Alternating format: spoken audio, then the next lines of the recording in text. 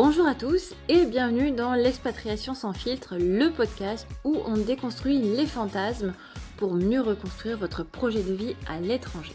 Je suis Karine, coach en expatriation et aujourd'hui j'ai envie de vous parler d'un sujet essentiel, la magie. Non, on ne va pas parler d'Harry Potter, surtout que c'est vraiment pas ma came.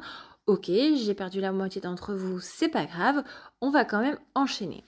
Donc non, l'expatriation ne va pas rendre votre vie magique et je vous le dis avec tout mon cœur, simplement parce que c'est une excellente nouvelle. Dans cet épisode, on va parler d'attentes irréalistes, de projections fantasmées et de ce qui rend vraiment une expatriation réussie, durable et alignée. Vous l'aurez compris ici, l'idée c'est de ne pas faire du flonflon, mais plutôt de parler de choses concrètes et réalistes. On a tous ce fantasme du nouveau départ parfait. Beaucoup de personnes voient l'expatriation comme une solution miracle, si ce n'est la solution miracle, en mode je vais tout recommencer, je vais être une nouvelle personne, tout va s'éclaircir, tout va couler de source, tout va s'arranger. Mais ce qu'on ne dit pas assez, c'est que vous partez en fait avec vous-même. Donc vous êtes un petit peu coincé avec la personne que vous êtes et tous vos blocages, vos doutes, vos peurs, vos conditionnements et tout ce qui va avec, tout ça monte dans l'avion, dans le bateau ou dans le train avec vous. À moins que vous partiez en vélo, mais auquel cas vous partez aussi avec vous-même. Donc changer de pays, ça suffit absolument pas à changer de vie ni à changer ce que vous avez à l'intérieur de vous. C'est un simple catalyseur et pas une baguette magique. Les problèmes qui existaient avant ne vont pas s'envoler comme par magie. On n'est pas au Quidditch en train de chevaucher un espèce de balai volant et d'envoyer des ballons dans un cerceau en plein vol. C'est pas du tout le but d'une expatriation.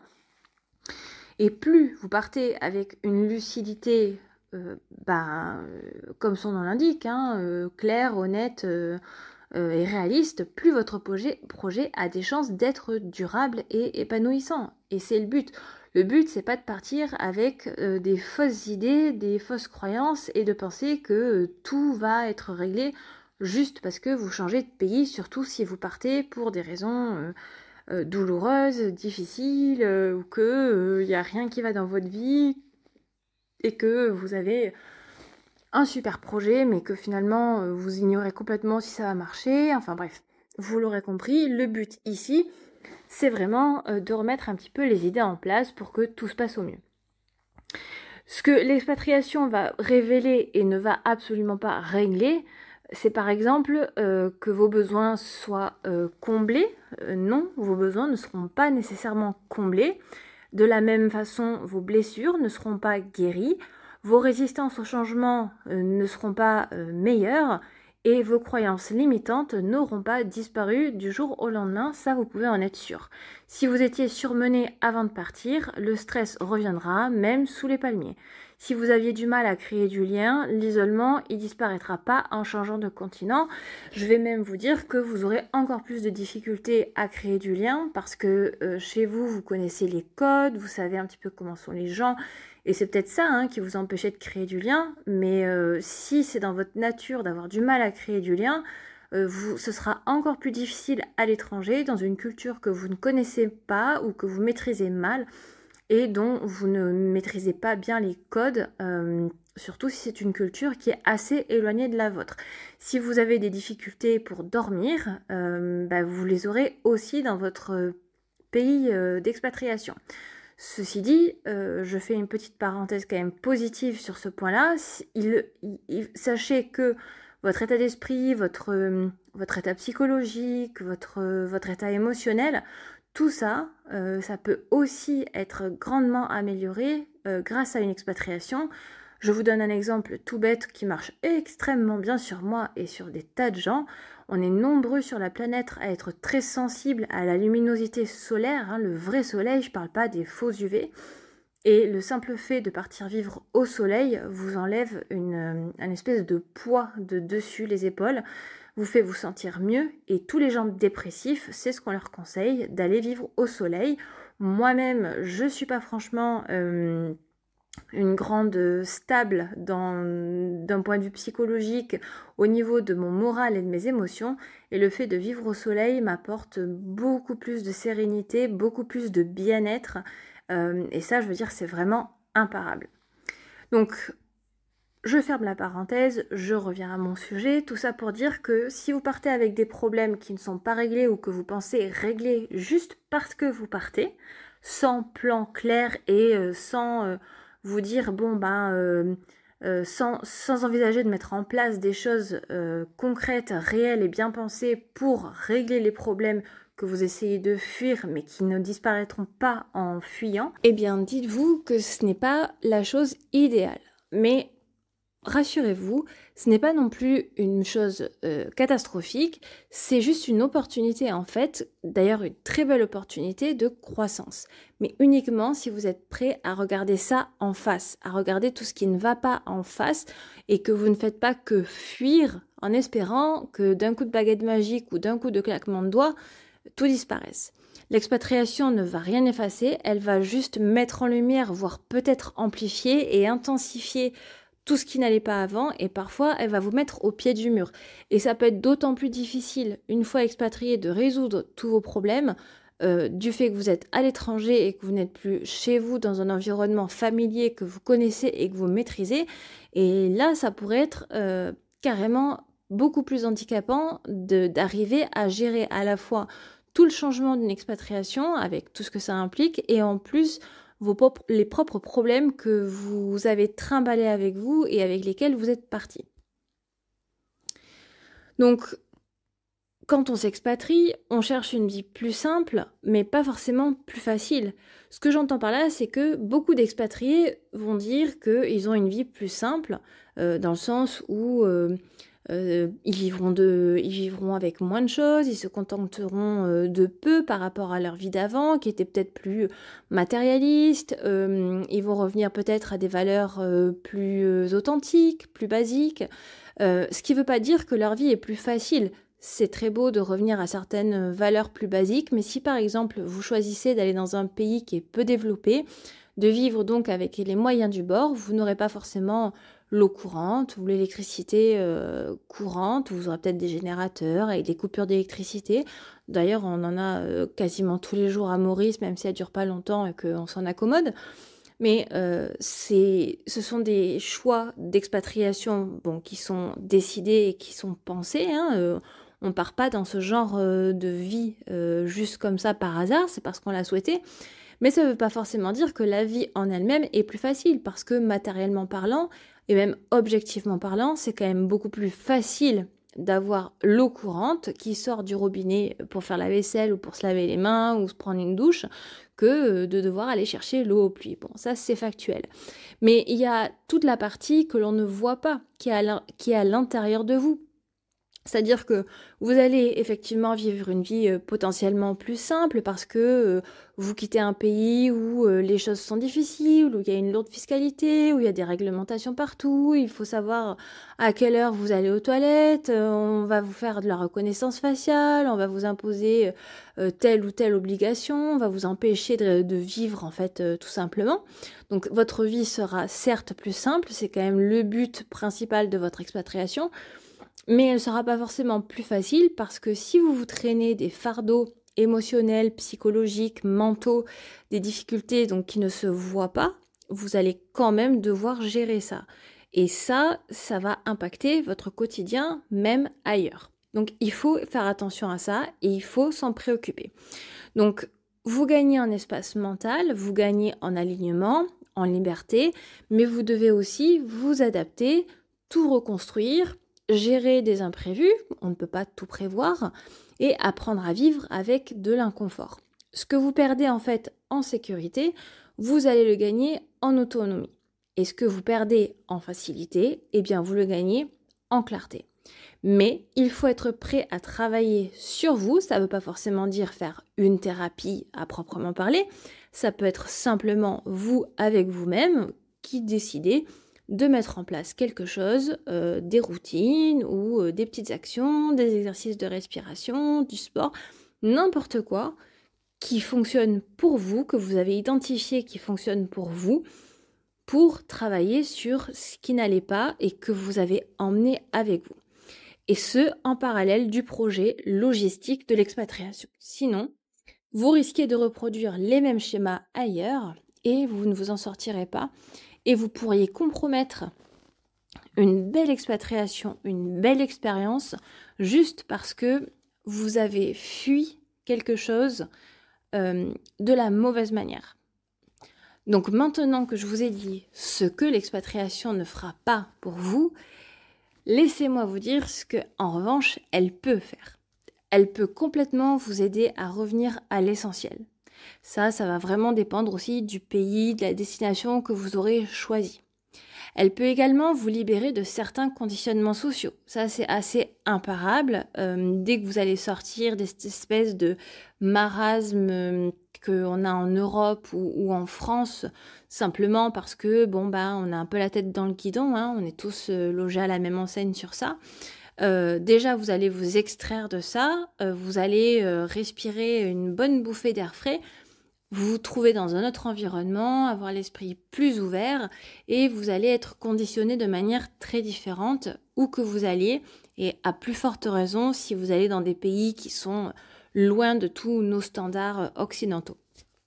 Également, ce que vous allez vivre, c'est vous reconnecter à vos besoins profonds. Quand on s'expatrie ou qu'on change de vie, qu'on déménage, peu importe, la nature humaine veut que l'on parte d'abord aux premières obligations, aux premières nécessités. Qu'est-ce qu'il vous faut ? Il vous faut un logement, de la nourriture, de quoi boire, éventuellement de la santé, et c'est tout. Sans ça, vous ne vivez pas. Donc, ce sera vraiment vos premiers piliers. Et à ça, ensuite, viennent s'ajouter petit à petit différentes zones de confort plus ou moins vitales, plus ou moins importantes.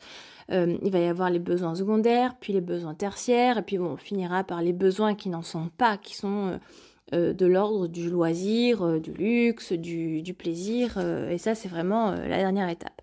Donc vous allez commencer par vous reconnecter vraiment à vos besoins de base, vos besoins les plus authentiques, et c'est là vous allez voir en fait que vous n'avez pas forcément besoin de tant de choses que ça et que finalement le fait de vivre une expatriation va vous permettre, au moins pendant un temps, de vous contenter de beaucoup moins de choses que ce que vous aviez dans votre pays d'origine. Parce que une fois qu'on est installé quelque part, qu'on y vit depuis longtemps, il se crée une espèce de vide parce que on a une vie très routinière. Et la routine, ça fait chier, ça ennuie tout le monde. Et donc du coup, on essaie de combler par divers moyens. Alors chacun aura sa méthode. Il y en a qui auront des méthodes plus saines, entre guillemets, que d'autres. Mais on est bien nombreux à combler ces vides par des choses matérielles que l'on va acheter de façon parfois complètement compulsive et inutile. D'autres vont faire ça en mangeant, d'autres en faisant du sport, ce qui pourrait être considéré comme plus sain, d'autres en faisant des sorties diverses et variées. Alors que quand on s'expatrie, en fait, tout est tellement nouveau que ça crée l'inverse complet d'un vide, en fait.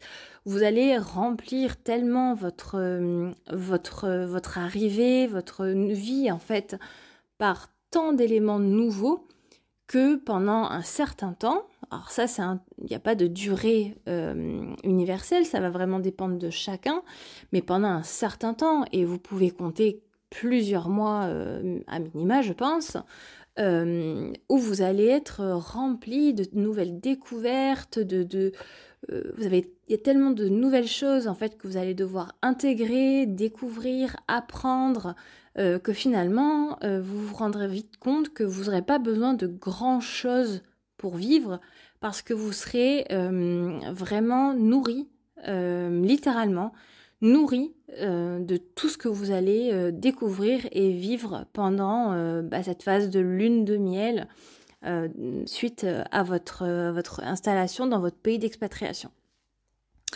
Et une autre chose que l'expatriation a de positif comme effet, c'est qu'elle va vous permettre de rencontrer une autre version de vous-même. Vous allez découvrir des choses sur vous-même que vous ignoriez certainement, auxquelles vous ne vous attendiez certainement pas. dans plein de domaines. Je pourrais certainement vous faire un podcast entier sur le sujet, mais bon, je pense que vous savez à peu près de quoi je veux parler, même si vous ne l'avez pas encore vécu.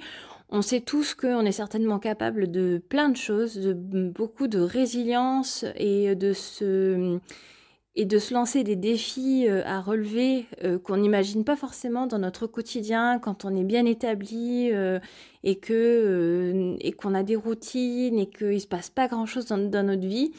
Mais quand vous vous expatriez, il y a tellement de choses qui bougent en vous et dans votre vie et autour de vous que ça vous galvanise en fait et que vous vous retrouvez bien souvent dans des situations où vous allez voir que vous allez avoir envie de faire des choses que vous n'auriez pas fait par le passé, que vous ne vous seriez pas senti capable non plus de faire par le passé.